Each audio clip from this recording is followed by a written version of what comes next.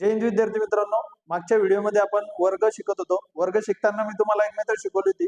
वर्ग कसा काढायचा, तो वर्ग काढण्यासाठी आपण एक मेथड वापरली होती. त्या मेथडचं नाव होतं बेस मेथड. त्याच मेथडनं वर्ग काढत असताना मी 50चा बेस तुम्हाला शिकवला होता. बेस कसा लावला जातो ते मी तुम्हाला थोडक्यात सांगितलं होतं. बेस लावत असताना आपल्याला काय करायचं असतो, बेस घ्यायचा असतो. जसं की उदाहरणार्थ 50चा बेस घेतला, ठीक आहे. 50चा बेस घेतल्यावर संख्या अर्धी करायची असते, म्हणजे 0.5 करायची असते. त्यानंतर आपल्याला 100चा बेस बघायचा होता. 100चा बेस असला संख्या एकपट ठेवायची असते, म्हणजे जेवढी आहे तेवढीच. आणि त्यानंतर 150चा जर बेस लावला तर आपल्याला संख्या दीडपट करायची असते. जर आपण 200चा बेस लावला असेल तर आपल्याला संख्या ही दोनपट करायची असते. 250चा जर बेस लावला असेल तर संख्या आपल्याला 2.5 करायची असते. या नियमानुसार मला तुम्हाला बेस मेथडनं वर्ग शिकवायचे होते आणि मागच्या व्हिडिओमध्ये आपण ते शिकलो सुद्धा. फक्त मी तुम्हाला मागच्या व्हिडिओमध्ये आपण 50च्या बेसनच व्हिडिओ बघितला होता, किंवा 50च्या बेसनं कशा पद्धतीने वर्ग काढता येतो तेवढंच आपण बघितलं होतं. आज आपल्याला त्याच्या समोरचं म्हणजे 100च्या बेसनं कसा वर्ग काढता येतो, 150च्या बेसनं कसा काढता येईल, किंवा 200च्या बेसनं कसा काढता येईल, किंवा 100च्या जवळच्या, 150च्या जवळच्या, 200च्या जवळच्या, 250च्या जवळच्या, 300च्या जवळच्या, 350च्या जवळच्या संख्येचे वर्ग कसे काढायचे हे आपल्याला या मेथडनुसार आज शिकायचं आहे. बघा, मग आपण 50च्या बेसवर मी थोडक्यात सांगून देतो तुम्हाला एकदा, की आपण 50च्या बेसनं कशा पद्धतीने वर्ग काढले होते.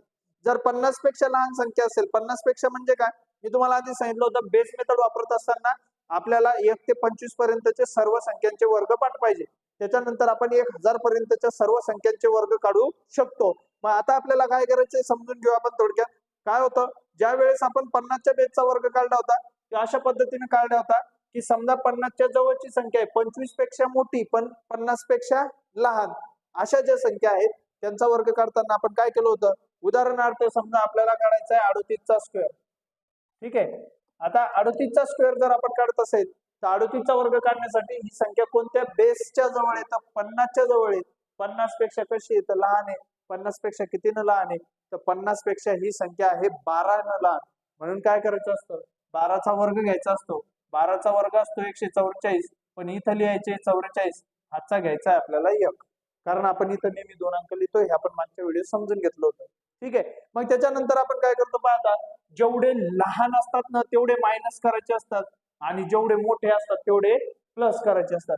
ही 38 ही 50 पेक्षा म्हणजे बेस पेक्षा लहान संख्या आहे, म्हणून हे जे शिल्लक ते बेसच्या आणि याचा फरक निघला, तो फरक आपण काय करणार आहे, मायनस करणार आहे. 38 मधून 12 गेले, उरतायत किती बघा, 8 2 गेले 6, 3 1 गेला 2, उरले 26. आता बेस किती महत्वाचा असतो पहा.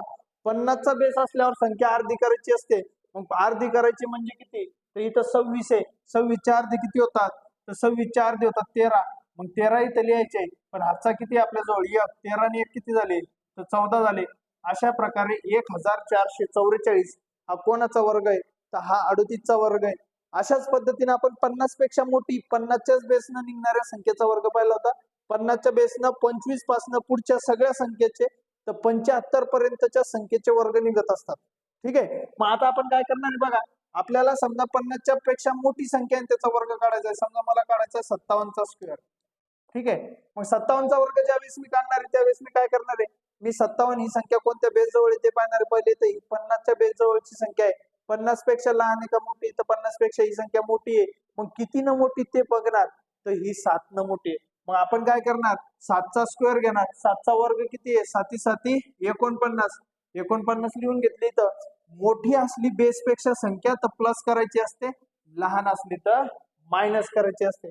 म्हणून 57 आणि 7 किती होतात, तर 57 आणि 7 झाले 64. ठीक आहे. मग आता इथं 64 लिहिणार का, तर नाही. बेस 50चा आहे, संख्या अर्धी करायची असते. 100चा बेस असला संख्या एकपट करायची असते, बाकी कोणताच नियम बदलत नाही. 150 असली तर संख्या दीडपट करायची असते. मग या 64चे काय करणार मी, अर्धे. 64चे अर्धे किती होतात रे, 32 होतात. 3249 हा कोणत्या संख्येचा वर्ग आहे, तर 57चा स्क्वेअर हा असणार आहे. अशा रीतीने आपण 50च्या बेसनं मागच्या व्हिडिओमध्ये समजून घेतलं होतं की 50चा बेस कसा काम करतो. आता आपल्याला पुढचा बेस पाहायचा आहे. 100च्या बेसवर आपल्याला वर्ग काढायचे, किंवा 100च्या जवळच्या संख्येचे आपल्याला वर्ग काढायचे. ज्या वेळेस बेस 100चा असतो त्यावेळेस संख्या एकपट ठेवायची असते, म्हणजे जेवढी आहे तेवढी. 50चा असला तर अर्धीपट केली आपण. 150चा बेस झाला की दीडपट करणार आहे. 200चा बेस असला की दोनपट करणार आहे. मग आता काय करायचंय बघा, 100 संख्या आहे. 100च्या जवळच्या संख्येनं किंवा 100च्या बेसनं कोणत्या संख्येचा वर्ग काढता येतो, तर 75 पासून पुढच्या 75 टू 125 म्हणजे 125. 75 ते 125च्या संख्येचा जर का 125च्या मधातल्या कोणत्याही संख्येचा वर्ग काढायचा असला तर तिथं कोणता बेस काम करणार आहे? तर 100चा बेस आपला तिथं काम करणार आहे. आता तो कसा काम करणार आहे? तर पहिले 100च्या अगोदरच्या संख्येचे वर्ग पाहू आपण, नंतर 100च्या नंतरच्या संख्येचे वर्ग पाहू. मग काय होतं पहा, लक्ष द्या इकडं. ज्या वेळेस 100 पेक्षा लहान संख्येचा स्क्वेअर आपल्याला काढायचा आहे, म्हणजे समजा उदाहरणार्थ मला काढायचं आहे 92चा स्क्वेअर. ठीक आहे, मग आता मी हे पाहणार की 92 कोणत्या बेसच्या जवळ आहे? तर 100च्या जवळ आहे. 100 पेक्षा लहान आहे का मोठी आहे? तर 100 पेक्षा लहान आहे. कितीनं लहान आहे? तर 8नं लहान आहे, म्हणून 8चा वर्ग घ्यायचा. 8 8 किती होतात? 8 8 होतात 64. ठीक आहे, आता जेवढी लहान असते बेस पेक्षा तेवढे आपण मायनस करत असतो, मोठे असले की प्लस करत असतो. मग 92 मधून 8 वजा करा. 12तून 8 गेले 4, इथे किती राहिला? 8. 8 8, इथं आले 84. आता 100चा बेस असल्यावर संख्या अर्धी करायची गरज नाही, अर्धी फक्त 50चा बेस असला करायची. मग आता पहा, 100चा बेस आहे, संख्या जेवढी आहे तेवढी. 8464 हा कोणाचा वर्ग आहे? तर हा आहे 92चा स्क्वेअर. ठीक आहे, अशा पद्धतीनं तुम्ही त्याला सोडवू शकता. त्यानंतर पहा, लक्ष द्या इकडं. समजा दुसरी संख्या आहे, समजा मला 88चा स्क्वेअर काढायचा आहे. ठीक आहे, आता 88 पण 50च्या जवळची का 100च्या? तर 100च्या. इथं पण कोणता बेस लागणार आहे? 100चाच बेस लागणार आहे. बरं, ही संख्या 100 पेक्षा लहान आहे का मोठी ते पहा. मग ही संख्या 100 पेक्षा लहान आहे. कितीनं लहान आहे? 12नं लहान आहे. मग 12चा काय घेणार? स्क्वेअर. 12चा स्क्वेअर किती असतो? 144. इथे किती लिहिणार? 44. ह्याचा किती घेणार? 1. ठीक आहे, जेवढी लहान असते तेवढे काय करायचे असतात? मायनस करायचे असतात. 8तून 2 गेले 6, 8तून 1 गेला 7, उरले 76. आता कंडिशन पुढची आहे की 100चा बेस असेल तर संख्या एकच पट राहिली पाहिजे, म्हणून 76 जसेच्या तसे. फक्त हातचा एक मिळवा. 76 आणि 1 किती होतात? 77. 7744 हा कोणाचा वर्ग आहे? हा 88चा वर्ग आहे. अशा पद्धतीने आपण 100चा बेस वापरू शकतो. उदाहरणार्थ पहा, आता लक्ष द्या इकडं. समजा मला काढायचा आहे 79चा स्क्वेअर. ठीक आहे, इथे घेऊ आपण 79 ही संख्या बघणार आपण कोणत्या बेसच्या जवळ आहे? 50च्या आहे का 100च्या? तर 100च्या जवळची. 100 पेक्षा लहान आहे मोठी आहे? लहान आहे. ठीक आहे, मग 100 पेक्षा कितीनं लहान आहे? तर 21नं लहान आहे. मग इथं कोणाचा स्क्वेअर घेणार आपण? 21चा स्क्वेअर घेणार. 21चा स्क्वेअर किती येतो? 21चा वर्ग आहे 441. मग इथं 441 आल्याच्या नंतर इथं किती घेणार आपण? 41. ठीक आहे, इथे घेणार 41 आणि ह्याचा किती घेणार? 4, कारण 3 संख्या आहे.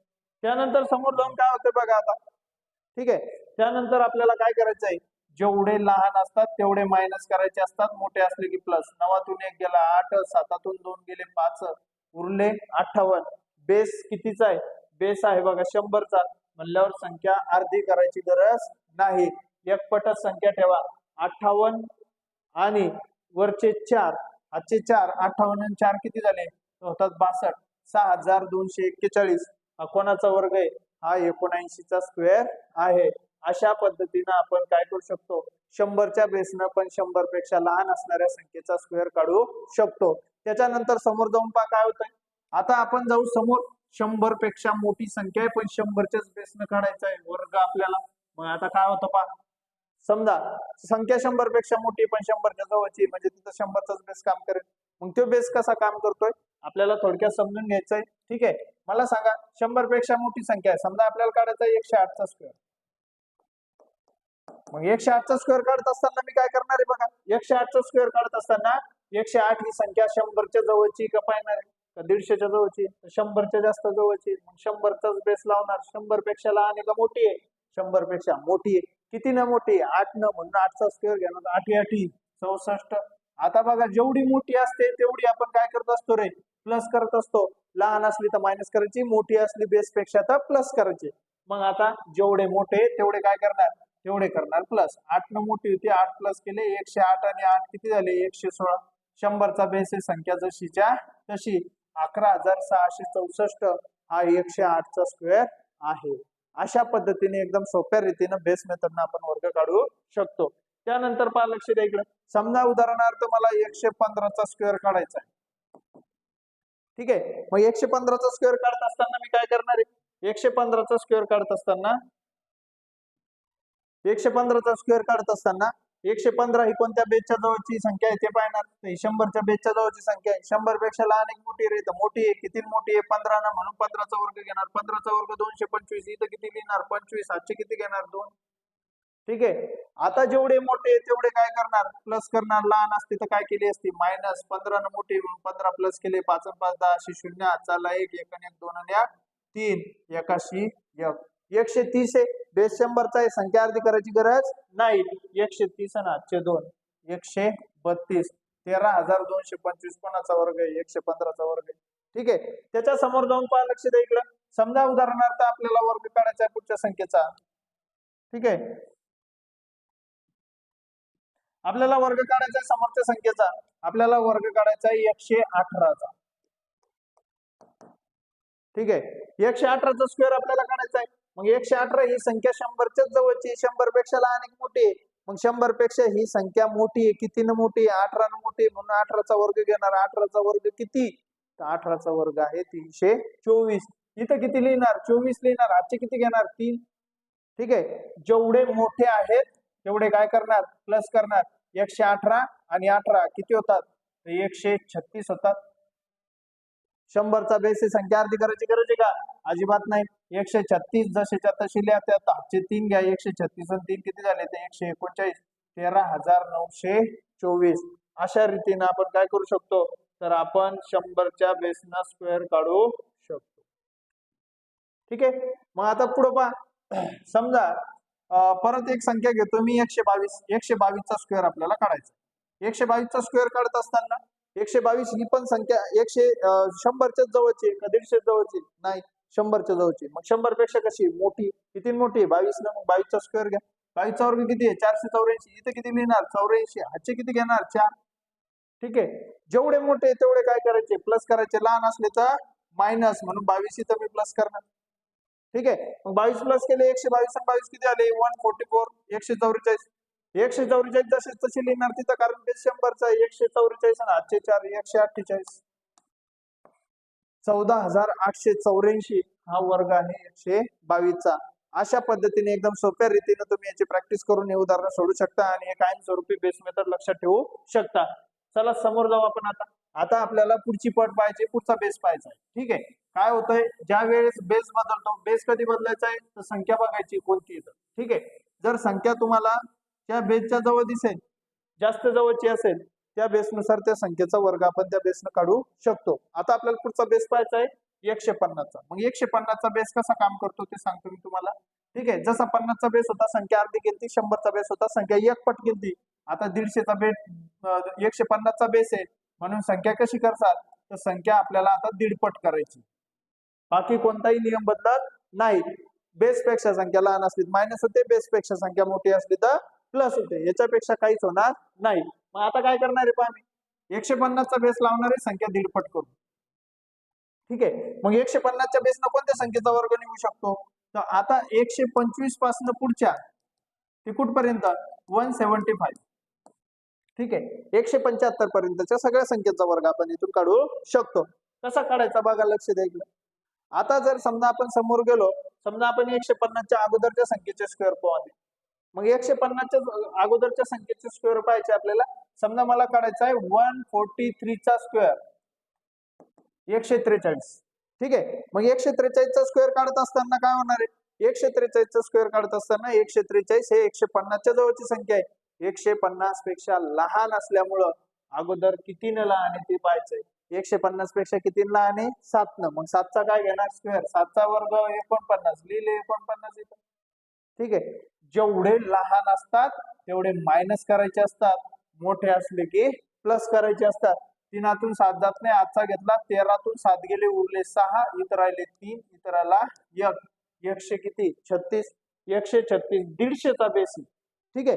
हे खूप महत्वाचं आहे. हे व्यवस्थित समजून घ्या. संख्या 1.5 पट करणे म्हणजे काय. आता बघा काय होतं. 136 ही संख्या सध्या जी आहे ती 1 पट आहे. आपण बेस लावला होता 150चा, म्हणून संख्या किती पट करणे आपल्याला? 1.5 पट करणे. मग 1.5 पट करत असताना काय करणार आहे पहा. ज्या वेळेस 136 1 पट असेल तर 136चे 1.5 पट करणे म्हणजे काय करणे? तर 136चे अर्धे त्या संख्येमध्ये मिळवणे, त्यालाच म्हणतात 1.5 पट करणे.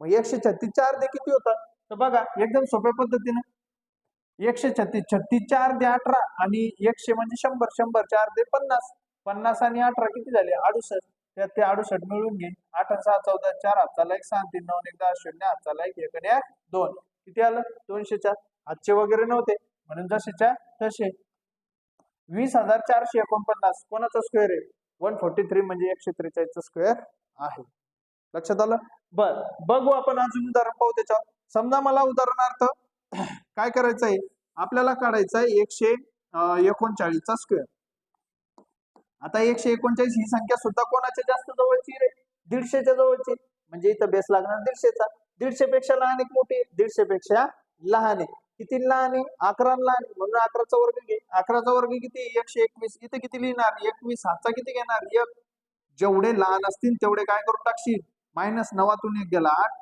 3तून 1 गेला 2 81 1 किती आलं 128 128 लिहिणार का तिथं नाही बेस 150चा असल्यावर संख्या दीडपट लागते आणि कोणतीही संख्या दीडपट करणे म्हणजे त्या संख्येचे अर्धे त्या संख्येमध्ये मिळवणे मग आता या 128 चे अर्धे त्यात मिळव ठीक आहे 28 चे अर्धे 14 आणि 100 चे अर्धे 50 50 आणि 14 किती आले तर 64 64 त्यात मिळून घे 8 4 12 2 हाताला 1 6 2 8 1 9 81 1 उत्तर येत आहे 192 याचाच अर्थ 192 19,221 हा कोणाचा वर्ग आहे 139 चा वर्ग आहे अशा पद्धतीने आपण 150च्या बेसवर सुद्धा काम करू शकतो बघा थोडं समोर जाऊ आपण परत एक संख्या पाहू समजा मला 135 म्हणजेच 135 चा स्क्वेअर काढायचा आहे ठीक आहे मग 135 चा स्क्वेअर काढायचा आहे 150 च्या जवळची संख्या 150 पेक्षा लहान आहे कितीने लहान आहे तर 15 लहान आहे म्हणून 15 चा वर्ग घेतो 15 चा वर्ग घेतला 225 इथं लिहिले 25 हातचा घेतला 2 3 संख्या आले की आपण एक संख्या आजची घेत असतो 2 संख्या लिहित असतो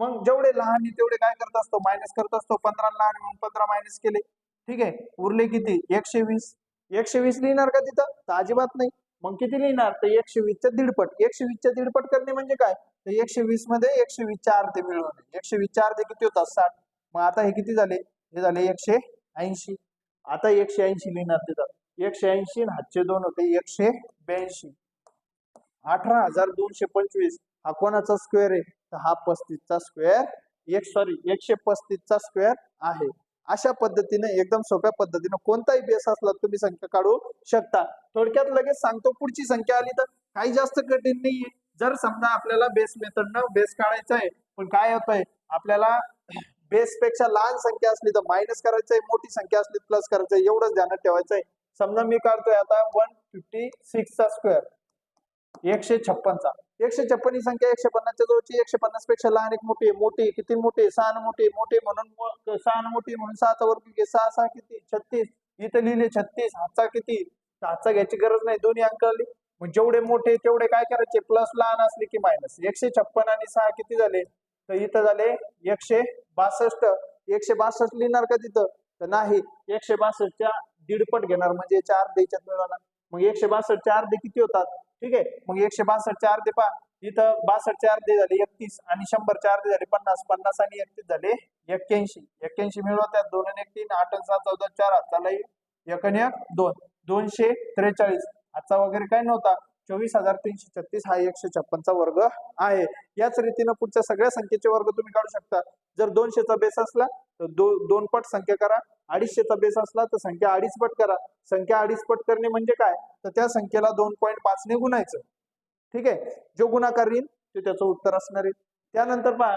संख्या जर का 3 पट असेल तर तुम्ही त्याचे सॉरी बेस 300 चा असेल तर संख्या तुम्ही काय करणार 3 पट करणार त्यानंतर संख्याच्या समजा तुम्हाला 400 चा बेस लावायचा आहे तर संख्या किती पट करायची 4 पट म्हणजे गुणीला 4 करायचे अशा पद्धतीने पुढचे वर्ग तुम्ही 1000 पर्यंतच्या सगळ्या संख्येचे वर्ग तुम्ही एकदम सोप्या पद्धतीने काढू शकता त्यासाठी फक्त तुमचे 25 पर्यंत स्क्वेअर पार्ट पाहिजे आपण पुढच्या व्हिडिओमध्ये काय बघणार आहोत तर पुढच्या व्हिडिओमध्ये मला तुम्हाला वर्गमूळ शिकवायचंय वर्गमूळ मी तुम्हाला 3 पद्धतीने शिकवणार आहे कोणकोणत्या पहिली पद्धत असणारी आपली फॅक्टर मेथड दुसरी मेथड असणारी आपली लॉंग डिव्हिजन मेथड आणि तिसरं ट्रिकनुसार सोडून आपल्याला फॅक्टर मेथड नुसार का सोडवायचंय कारण तुम्हाला परीक्षेमध्ये मागच्या 4 वर्षात 3 वर्षामध्ये जर आपण पाहिलं तर फॅक्टर मेथड आणि लॉंग डिव्हिजन मेथड या दोनच मेथडवर तुम्हाला प्रश्न विचारले जातात वर्गमूळावर ठीक आहे म्हणून या दोन्ही मेथड आपल्याला वर्गमूळ शिकायचे आहे आणि घनमुळामध्ये सुद्धा आपल्याला फॅक्टर मेथडचा वापर करायचा आहे ठीक आहे चालेल भेटू पुढच्या व्हिडिओमध्ये जय हिंद. थांबतो इथं.